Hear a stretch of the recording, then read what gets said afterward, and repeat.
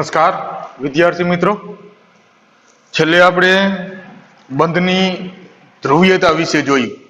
બરાબર કે પેલા તો બંધ ધ્રુવીય અને અધ્રુવીય કોને કહેવાય? તો કે સમાન વિદ્યુત ઋણતા ધરાવતા તત્વોના પરમાણુ વચ્ચે સહસંયોજક બંધ હોય તો એ અધ્રુવીય હોય. બંધના ઇલેક્ટ્રોન એક તરફ ખેંચાયેલા હોય નહીં. જુદી જુદી વિદ્યુત ઋણતા ધરાવતા તત્વોના પરમાણુ વચ્ચે બંધ હોય તો બંધના ઇલેક્ટ્રોન જેની વિદ્યુત ઋણતા વધારે એના તરફ ખેંચાયેલા હોય, જેની ઓછી એનાથી દૂર જતા હોય. જેના તરફ ખેંચાયેલા હોય એના ઉપર આંશિક ઋણ વીજભાર, જેનાથી દૂર જતા હોય એના ઉપર આંશિક ધન વીજભાર આવે. તેના કારણે દ્વિધ્રુવીયતા ઉદ્ભવે. એ ધ્રુવીભવનના કારણે એ દ્વિધ્રુવીયતા આવશે.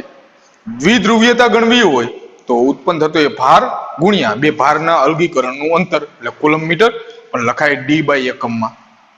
એક ડી બાય બરાબર 3.3356 ગુણ્યા 10⁻³ કુલમ મીટર. હવે વાત કરવી બહુપરિમાણીય ધરાવતો અણુ હોય એ અણુની દ્વિધ્રુવીય ચાક માત્રા ગણવી હોય તો દ્વિધ્રુવીય ચાક માત્રા સદિશ રાશિ. દરેકની જેટલા પણ બંધ હોય બધાય બંધની દ્વિધ્રુવીય ચાક માત્રાનો સદિશ સરવાળો કરો, પરિણમતી જે દ્વિધ્રુવીય ચાક માત્રા મળે એ મળશે અણુની બહુપરિમાણીય અણુની દ્વિધ્રુવીય ચાક માત્રા. તો એના ઘણા બધા આપણે ઉદાહરણ જોયા એમાંથી. હવે એને આધારિત એક થિયરી માટેનો પ્રશ્ન તરીકે 2 માર્કનો એક પ્રશ્ન પૂછી શકું થિયરી તરીકે.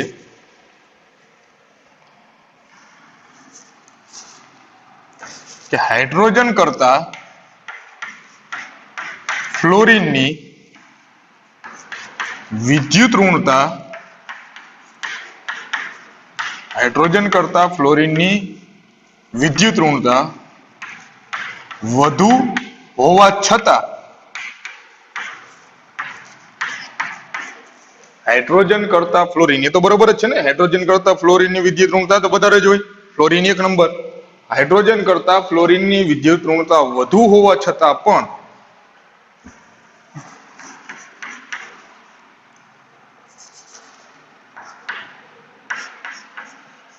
NH3 ની દ્વિધ્રુવીય ચાક માત્રા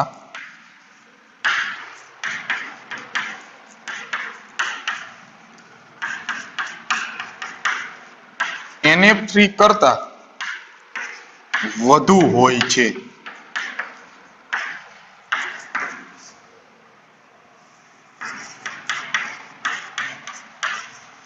કારણ આપી સમજાવો.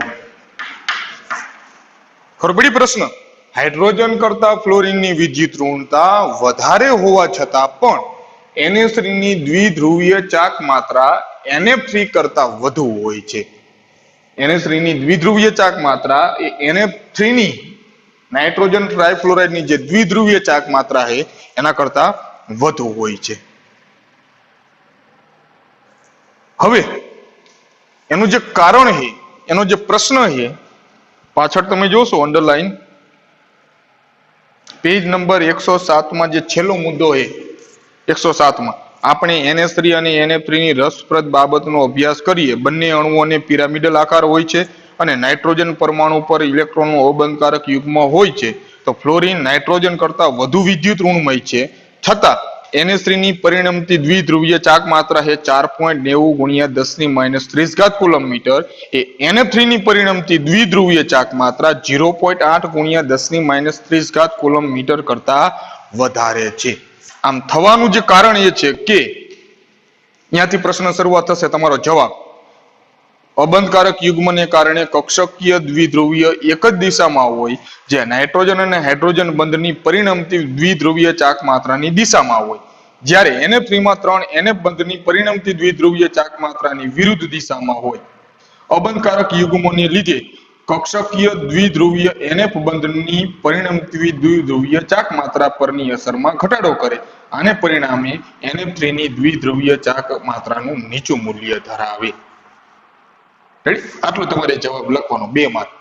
હવે આપણે સમજાવી કઈ રીતે એમાંથી, તો બેનું બંધારણ દોરવી. એમાંથી પેલા NH3 અને NF3 બંનેમાં સંકરણ સમાન હશે. sp3 સંકરણ આકાર બંનેનું sp3 સંકરણ એનો જે આકાર છે ત્રિકોણીય પિરામિડલ,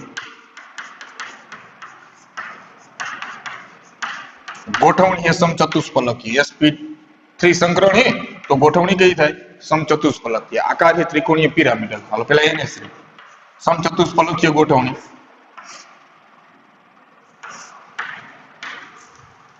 એક અબંધકારક રેડી, અથવા આ પ્રમાણે દર્શાવી શકો કોઈ પણ કક્ષકમાં હોય બે, હાલો તો 3 હાઇડ્રોજન જોડાયેલા છે એક અબંધકારક ઇલેક્ટ્રોન, NF3 તો એમાં મધ્યસ્થ પરમાણુ નાઇટ્રોજન, 3 હાઇડ્રોજન ની જગ્યાએ 3 ફ્લોરિન જોડાયેલા છે, મધ્યસ્થ પરમાણુ પાસે એક છે અબંધકારક ઇલેક્ટ્રોન, રેડી, NH3 અને NF3. હવે નાઇટ્રોજન અને હાઇડ્રોજનમાં વિદ્યુત ઋણતા કોની વધારે? હવે એમાં નાઇટ્રોજનની, તો બંધના ઇલેક્ટ્રોન કોની તરફ ખેંચાયેલા હોય? નાઇટ્રોજન તરફ,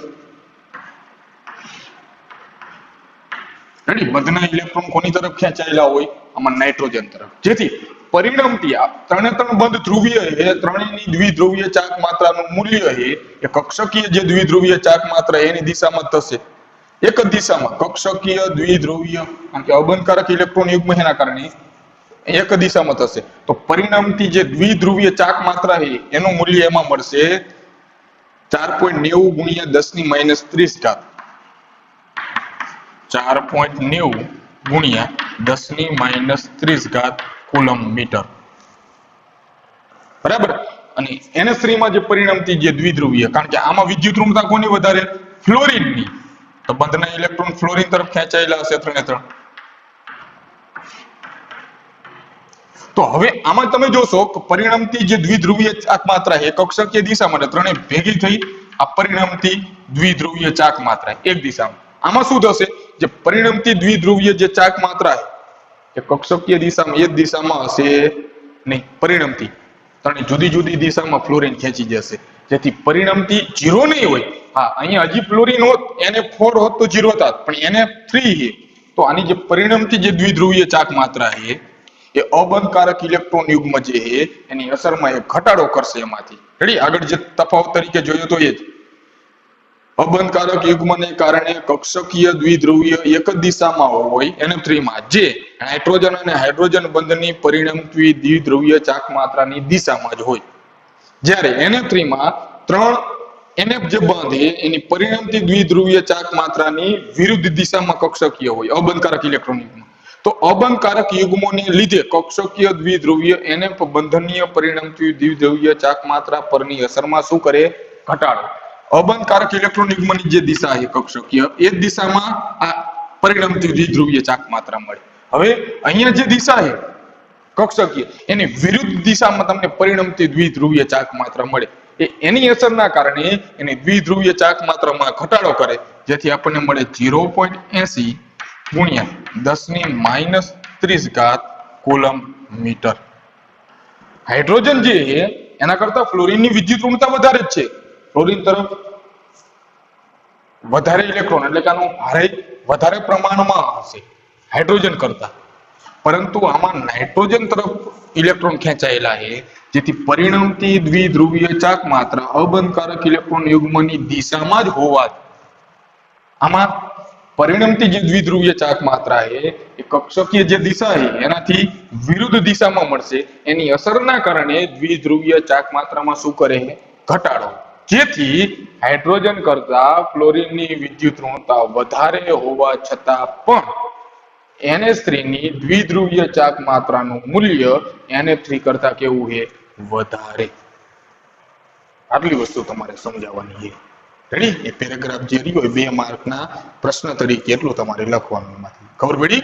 પેજ નંબર ટૂંકમાં 108 ઉપર જે આકૃતિ 2 દોરી એના ઉપરનો જે મુદ્દો આપ્યો ને એ 2 માર્કનો તમારો પ્રશ્ન થઈ ગયો. તો અહીંયા ઉપર પ્રશ્ન લખ નાખવાનો કે હાઇડ્રોજન કરતા ફ્લોરિનની વિદ્યુત ઋણતા વધારે હોવા છતાં પણ NH3 ની દ્વિધ્રુવીય ચાક માત્રા NF3 ની દ્વિધ્રુવીય ચાક માત્રા કરતા વધારે છે. કારણ આપી સમજાવો. 2 માર્કનો પ્રશ્ન, 2 આકૃતિ અને કારણ આપીને એમાં સમજાવી દેવાનું. ખબર પડી? હવે આગળ એને જ પેજ નંબર ઉપર 108, રેડી. પેલા પ્રશ્ન તરીકે આકૃતિ એમાં જે દોરી ને આકૃતિ જેમાં દોરી એ જ પ્રમાણે એમાંથી બરાબર. હવે 108 ઉપર નીચે આપ્યું કે જે આયનીય બંધ હોય એમાં સહસંયોજક લાક્ષણિકતા હોય. અત્યારે લગી શું જોયું આપણે? સહસંયોજક બંધ એમાં આયનીય લાક્ષણિકતા. હવે આયનીય બંધ હોય એમાં સહસંયોજક લાક્ષણિકતા. તો જેમાં બધા જ સહસંયોજક બંધને કંઈક આંશિક આયનીય લાક્ષણિકતા હોય તેમ દરેક આયનીય બંધને પણ કંઈક આંશિક સહસંયોજક લાક્ષણિકતા હોય. આયનીય બંધની આંશિક સહસંયોજક લાક્ષણિકતા ફજાન વડે નીચેના સ્વરૂપમાં ચર્ચવામાં આવી. જેમ સહસંયોજક બંધ હોય તો એમાં આયનીય લાક્ષણિકતા હોય કંઈક અંશે, એવી રીતે આયનીય બંધ હોય એમાં સહસંયોજક લાક્ષણિકતા હોય. તો પેલી બે લાઈન જે રહી અંડરલાઈન કરી નાખવાની, એટલું યાદ રાખવાનું. પેલી લાઈન શું છે? ધન આયનનું નાનું કદ, ધન આયન જેમ નાનું અને ઋણ આયન જેમ મોટો એમ આયનીય બંધમાં વધુ સહસંયોજક લાક્ષણિકતા. ધન આયનનું કદ નાનું, જેમ ધન આયનનું કદ નાનું હોય અને ઋણ આયનનું કદ મોટું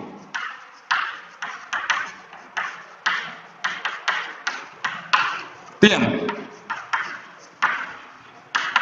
કે આયનીય બંધમાં વધુ સહસંયોજક લાક્ષણિકતા.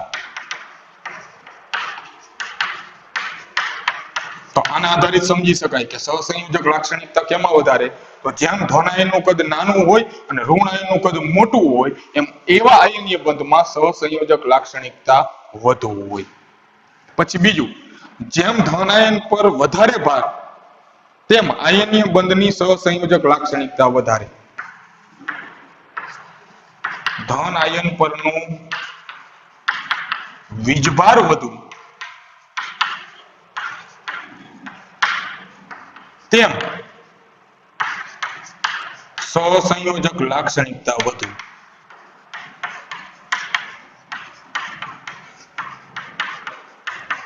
આયનીય બંધની આપણે વાત કરવી તો બે એમાંથી યાદ રાખવાના કે જેમ ધન આયનનું કદ નાનું હોય, બે ઉદાહરણ આપો, બે આયનીય બંધના ઉદાહરણ.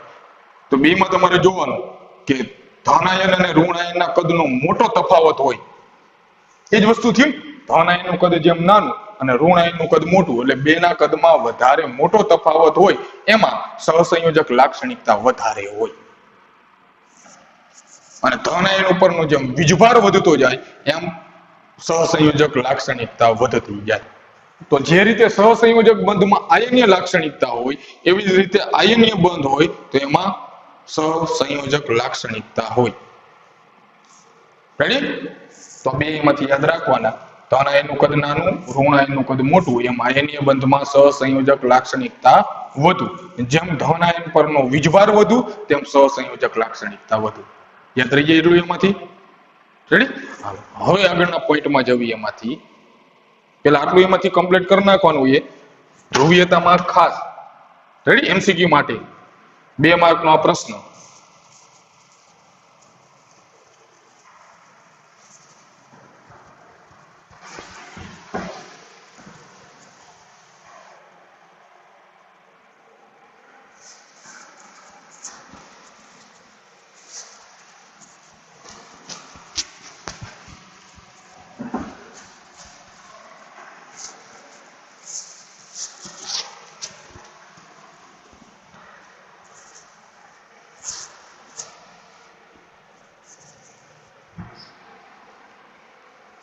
હવે આકારની તો આવી ગયું. આગળ આવી જાઓ. સંયોજકતા બંધનવાદ, પેજ નંબર 113. સંયોજકતા બંધનવાદ 1927માં હિટલર અને લંડને દાખલ કરેલો, જેનો પાવલિંગ અને અન્યોએ બહુ વિકસાવ્યો. રેડી? સંયોજકતા બંધનવાદ, વેલેન્સ બોન્ડ થિયરી, VB.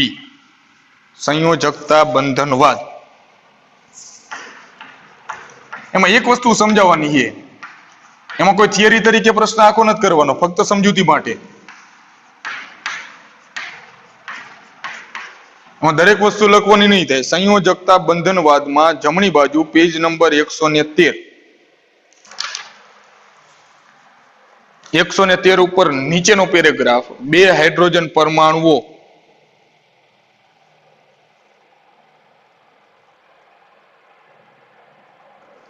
બે હાઇડ્રોજન પરમાણુઓ છે.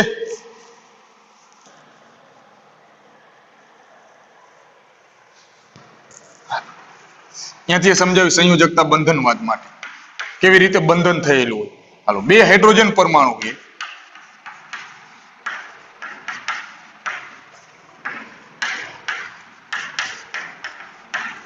એક એ અને બી, બે હાઇડ્રોજન પરમાણુ છે એ અને બી. એનું જે કેન્દ્ર છે એટલે એન એ અને બી નું કેન્દ્ર છે એન બી. એના જે ઇલેક્ટ્રોન છે એ અને ઈ બી. હવે આ જે બે હાઇડ્રોજન પરમાણુ છે ઘણા એકબીજાથી દૂર છે. બે અલગ અલગ હાઇડ્રોજન જે પરમાણુ છે કે એ અને બી, એનું કેન્દ્ર એને, એના ઇલેક્ટ્રોન ઈ એ. બી છે એનું કેન્દ્ર એન બી અને એના ઇલેક્ટ્રોન ઈ બી. બંને એકબીજાથી ઘણા બધા દૂર છે, તો બે વચ્ચે કોઈ પારસ્પરિક ક્રિયા થતી નથી. રેડી? અત્યારે બે એકબીજાથી ઘણા બધા દૂર ગોઠવાયેલા છે, તો આ બે વચ્ચેની કોઈ આકર્ષણ કે અપાકર્ષણ હશે નહીં, કોઈ પારસ્પરિક ક્રિયા થતી નથી. પરંતુ બંધ અણુ બનાવવો હોય તો બે પરમાણુ એકબીજાની નજીક આવશે. બંધ બનાવવો હોય, સહસંયોજક બંધ બનાવવો હોય તો બે પરમાણુ વચ્ચે બંધ બને તો બે પરમાણુ નજીક તો આવવા જોઈએ ને. તો જ્યારે આ બે હાઇડ્રોજન પરમાણુ એકબીજાની નજીક આવશે, એ અને બી, બે હાઇડ્રોજન પરમાણુ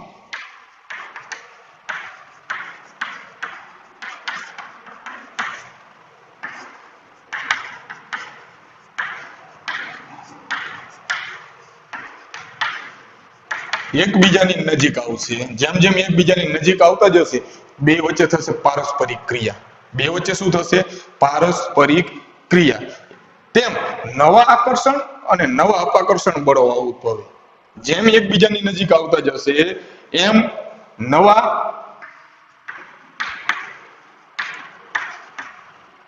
આકર્ષણ અને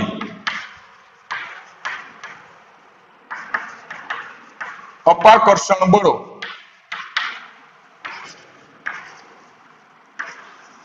ક્રિયામાં આવે. જો પેલા બે હાઇડ્રોજન પરમાણુ લીધા, એકબીજાથી દૂર છે તો બે વચ્ચે કોઈ પારસ્પરિક ક્રિયા થતી નથી. હા, એમાં જૂનું આકર્ષણ બળ હશે. કયું? કે પરમાણુનું જે કેન્દ્ર છે અને પરમાણુના જે ઇલેક્ટ્રોન છે બે વચ્ચે શું હોય? આકર્ષણ. કેન્દ્ર એટલે ધન વીજભારિત, ઇલેક્ટ્રોન એટલે ઋણ વીજભારિત આકર્ષણ બળ હોય. આ હાઇડ્રોજન પરમાણુ હોય એનું કેન્દ્ર, એના ઇલેક્ટ્રોન, આ બે વચ્ચે શું હોય? આકર્ષણ.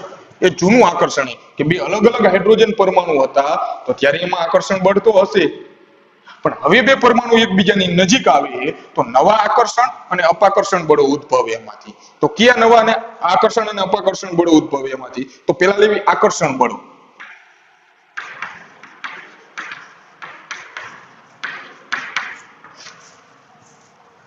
બરાબર?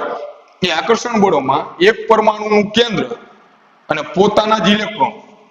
આકર્ષણ બળ કેમાં હોય? એક પરમાણુનું કેન્દ્ર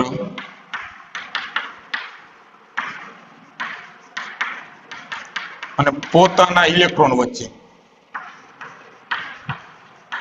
એટલે એક પરમાણુ એને અને ઈ વચ્ચે શું હોય? આકર્ષણ. એન બી છે અને ઈ બી વચ્ચે શું હોય? આકર્ષણ. આકર્ષણ બળ કેવું હતું? જૂનું આકર્ષણ બળ. એ તો હતું જ પહેલેથી સામાન્ય. રેડી? કોઈ નવું નથી આવ્યું એમાંથી. પોતાનું કેન્દ્ર અને પોતાના ઇલેક્ટ્રોન એ બે વચ્ચે એક આકર્ષણ. રેડી? પછી હવે જ્યારે એકબીજાની નજીક આવે તો આ ઇલેક્ટ્રોન ઋણ વીજભારિત, આ ધન વીજભારિત. તો ધન વીજભાર અને ઋણ વિજભાર વચ્ચે શું થાય? આકર્ષણ થાય. તો એકનું કેન્દ્ર અને બીજાના ઇલેક્ટ્રોન વચ્ચે શું થશે? આકર્ષણ. પેલું આકર્ષણ જૂનું કયું? પોતાનું કેન્દ્ર અને પોતાના ઇલેક્ટ્રોન વચ્ચે આકર્ષણ. હવે એક પરમાણુનું કેન્દ્ર અને બીજા પરમાણુના ઇલેક્ટ્રોન વચ્ચે આકર્ષણ. એક પરમાણુનું કેન્દ્ર, એક પરમાણુનું કેન્દ્ર અને બીજા પરમાણુના ઇલેક્ટ્રોન. એટલે કયું થયું હવે નવું? એન એ અને ઈ બી. એ પરમાણુનું કેન્દ્ર, બી પરમાણુના ઇલેક્ટ્રોન, બી પરમાણુનું કેન્દ્ર અને એ પરમાણુના ઇલેક્ટ્રોન. તો આ 9 આકર્ષણ બળ. તો એમાં બે આકર્ષણ બળો થયા. જ્યારે એકબીજાની નજીક આવે તો એમાં બે આકર્ષણ બળો કાર્યરત, એક જૂનું આકર્ષણ બળ અને એક નવું. જૂનું એટલે શું? પોતાના ઇલેક્ટ્રોન, પોતાનું કેન્દ્ર અને પોતાના ઇલેક્ટ્રોન જે આકર્ષણ. નવું કયું? કારણ કે એકબીજાની નજીક આવ્યા તો એક પરમાણુનું કેન્દ્ર અને બીજા પરમાણુના ઇલેક્ટ્રોન, એક પરમાણુનું કેન્દ્ર બીજા પરમાણુના ઇલેક્ટ્રોન વચ્ચેનું વિકર્ણીય સંબંધ વાળું. રેડી? આ બે વચ્ચે જે આકર્ષણ રહ્યું એ નવું આકર્ષણ બળ. તો દાખલા તરીકે બે પરમાણુ છે, હાઇડ્રોજનના જે બે પરમાણુ છે એમાંથી એક પરમાણુનું કેન્દ્ર અને બીજાના ઇલેક્ટ્રોન માટે લેવી. હાલો, તો હાઇડ્રોજન પરમાણુ છે એનું આ કેન્દ્ર એક પરમાણુ અને બીજો હાઇડ્રોજન પરમાણુ છે એનું આ કેન્દ્ર. એ પરમાણુના ઇલેક્ટ્રોન છે ઈ અને બી પરમાણુના ઇલેક્ટ્રોન છે ઈ બી. તો બે વચ્ચે શું હોય? આકર્ષણ. આ બે વચ્ચે શું હોય? આકર્ષણ. આકર્ષણ બળ કયું છે? જૂનું. હવે એ બે પરમાણુ એકબીજાની નજીક આવ્યા તો આ બે વચ્ચે આકર્ષણ થશે, એક પરમાણુનું કેન્દ્ર બીજાના ઇલેક્ટ્રોન. તો આ નવું આકર્ષણ બળ. આ બે વચ્ચે આકર્ષણ થશે તો આ નવું આકર્ષણ બળ. હાલો, તો આ કોની વાત કરીએ આપણે? આકર્ષણ બળ. રેડી? હવે અપાકર્ષણ બળ કાર્યરત હશે.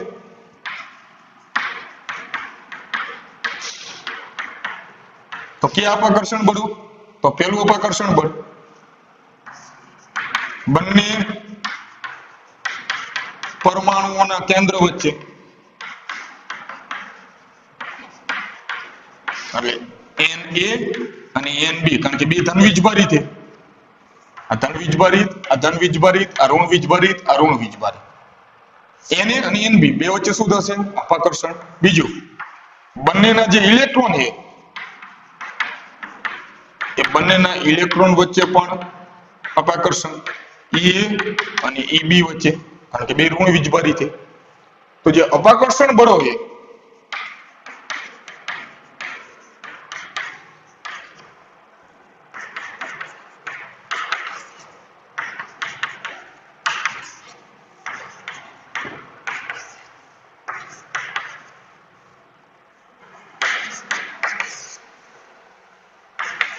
તો આ બે વચ્ચે શું થશે? અપાકર્ષણ. આ બે વચ્ચે શું થશે? અપાકર્ષણ. તો આકર્ષણ બળો એટલે કયા? તો કે બે. એમાં જૂનું આકર્ષણ બંને નવું. જૂનું કયું? કે પોતાનું કેન્દ્ર અને પોતાના ઇલેક્ટ્રોન વચ્ચે આકર્ષણ. બીજું, પોતાનું કેન્દ્ર અને બીજાના ઇલેક્ટ્રોન વચ્ચે આકર્ષણ. એ નવું આકર્ષણ બળ. એટલે આમાં બે આકર્ષણ બળો કાર્યરત છે, બે અપાકર્ષણ બળો છે. બે કેન્દ્ર વચ્ચે થાય અપાકર્ષણ અને બે ઇલેક્ટ્રોન વચ્ચે પણ શું થાય? અપાકર્ષણ. રેડી? આ બે વચ્ચે અપાકર્ષણ એટલે એકબીજાથી દૂર જવા પ્રયત્ન કરે. આ બે વચ્ચે અપાકર્ષણ એટલે એકબીજાથી દૂર જવા પ્રયત્ન કરે. આકર્ષણ બળો હોય એકબીજાની નજીક લાવવા પ્રયત્ન કરે. તો જે બે બળો હોય આકર્ષણ ને અપાકર્ષણ, એમાં જે આકર્ષણ બળો હોય એ પરમાણુને નજીક લાવવા પ્રયત્ન કરે અને અપાકર્ષણ બળો એકબીજાથી દૂર લઈ જવા પ્રયત્ન કરે.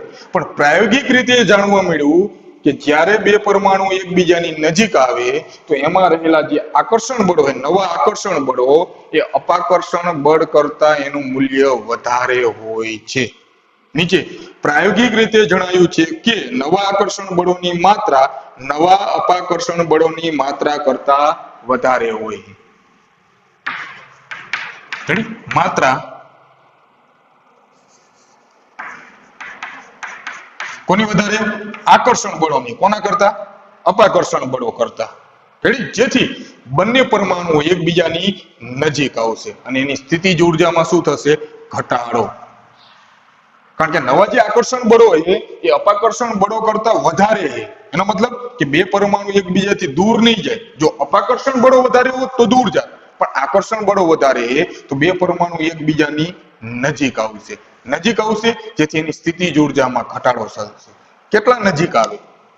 તો એક સમય એવો આવશે કે જ્યાં આકર્ષણ બળો અને અપાકર્ષણ બળો, આકર્ષણ બળ એ વધારે કોના કરતા? અપાકર્ષણ કરતા. એટલે પરમાણુ નજીક આવે, પણ કેટલા નજીક આવશે?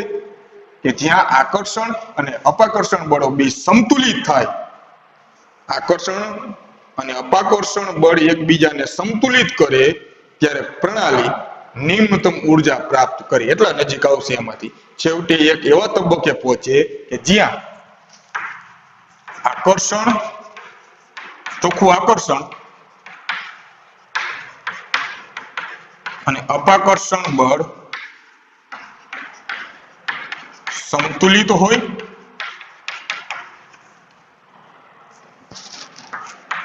ત્યારે ન્યૂનતમ, ઓછામાં ઓછી ન્યૂનતમ એ ઉર્જા પ્રાપ્ત કરે, એટલે સ્થાયીતા વધે.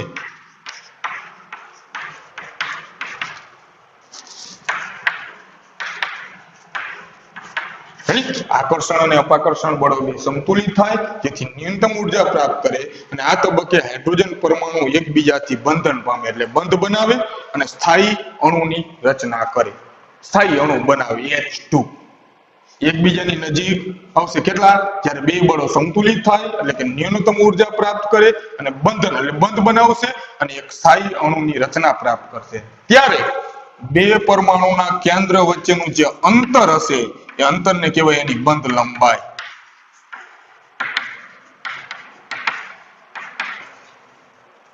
હવે એકબીજાની વધારે નજીક આવી શકશે નહીં. રેડી? અને એ બંનેને છૂટા પાડવા માટે, એને તોડવા માટે જે ઉર્જા આપવી પડે એને શું કહેવાય? બંધ એન્થાલ્પી. રેડી? તો સંયોજકતા બંધનવાદ એટલે કે જે બે પરમાણુ હોય એકબીજાથી દૂર હોય તેમાં જૂનું આકર્ષણ બળ હોય, પોતાનું કેન્દ્ર, પોતાના ઇલેક્ટ્રોન, એટલે કોઈ પારસ્પરિક ક્રિયા ન હોય, પણ જ્યારે બે પરમાણુ એકબીજાની નજીક આવતા જાય તો એમાં નવા આકર્ષણ અને અપાકર્ષણ બળો ઉદ્ભવે. આકર્ષણ બળો કયા? તો કે પોતાનું કેન્દ્ર, પોતાના ઇલેક્ટ્રોન વચ્ચે આકર્ષણ. નજીક આવ્યા જેથી હવે પોતાનું કેન્દ્ર અને બીજાના ઇલેક્ટ્રોન વચ્ચે આકર્ષણ થશે, એ નવું આકર્ષણ બળ આવ્યું. જેમ આકર્ષણ બળો બે કાર્યરત છે એમ અપાકર્ષણ બળો પણ કાર્યરત હોય. બે કેન્દ્ર વચ્ચે અપાકર્ષણ, બંનેના ઇલેક્ટ્રોન વચ્ચે અપાકર્ષણ. હવે શું થયું? આકર્ષણ બળો નજીક જવા પ્રયત્ન કરે, અપાકર્ષણ બળો ધકેલે, દૂર જવા પ્રયત્ન કરે. એમાંથી પ્રાયોગિક રીતે જાણવા મળ્યું કે આકર્ષણ બળની જે માત્રા છે, નવા આકર્ષણ બળની માત્રા એ અપાકર્ષણ બળ કરતા વધારે હોય, જેથી પરમાણુ એકબીજાની નજીક આવશે. કેટલા નજીક આવશે? જ્યારે અપાકર્ષણ અને આકર્ષણ બળ બે સંતુલિત થાય જેથી ન્યૂનતમ ઉર્જા પ્રાપ્ત કરે, ત્યારે બે વચ્ચે બંધ બને અને એક સ્થાયી અણુની રચના પ્રાપ્ત કરે. ત્યારે બે કેન્દ્ર વચ્ચેનું જે અંતર હશે એને કહેવાય એની બંધ લંબાઈ. તો હાઇડ્રોજન અને હાઇડ્રોજન વચ્ચે જે બંધ જેટલા નજીક આવી શકીએ એટલા ગોઠવાયેલા હશે તો એની બંધ લંબાઈ મળશે 74 પાઇકોમીટર. ખબર પડી? તો ખાસ અહીંયા પોઈન્ટ માટે એમાંથી એ પરમાણુ એકબીજાની નજીક કેટલા ગોઠવાયેલા હોય, જ્યારે આકર્ષણ અને અપાકર્ષણ બળ સંતુલિત હોય, ન્યૂનતમ ઉર્જા પ્રાપ્ત કરે ત્યારે સ્થાયી અણુની રચના કરે. એમાંથી સંયોજકતા બંધનવાદ એટલે બંધન કઈ રીતે હોય, બે પરમાણુ વચ્ચે સહસંયોજક બંધમાં જે બંધન થાય એ બંધન કઈ રીતે થશે એમાંથી? તો આકર્ષણ બળો, અપાકર્ષણ બળો, આકર્ષણ બળો વધારે છે જેથી એકબીજાની નજીક આવશે, સંતુલિત થાય એટલા નજીક રહેશે, ન્યૂનતમ ઉર્જા પ્રાપ્ત કરે, બંધ બનાવે, સ્થાયી અણુની રચના પ્રાપ્ત કરે. રેડી? તો એક 2 માર્કનો એક પ્રશ્ન. હાઇડ્રોજન કરતા ફ્લોરિનની વિદ્યુત ઋણતા વધારે હોવા છતાં NH3 ની દ્વિધ્રુવીય ચાક માત્રા NF3 કરતા વધારે, કારણ આપી સમજાવો. અને આ કોઈ થિયરી માટેનો પ્રશ્ન નથી, પણ સંયોજકતા બંધનવાદને આધારિત કે સહસંયોજક બંધ કઈ રીતે એમાંથી સંયોજન પામે, એમાંથી અણુ કઈ રીતે બને, આકર્ષણ અપાકર્ષણ બળોને આધારિત, તો એની માટેની સમજૂતી. ક્લિયર? ખબર પડી? આગળ બીજો નવો ટોપિક લેશું. આ સમજૂતી માટે એમાંથી એટલે કોઈ થિયરી માટે કેમ પ્રશ્ન તરીકે નહીં ગણવાનો, પણ સમજૂતી માટે યાદ રાખવાનું એમાંથી. બરાબર?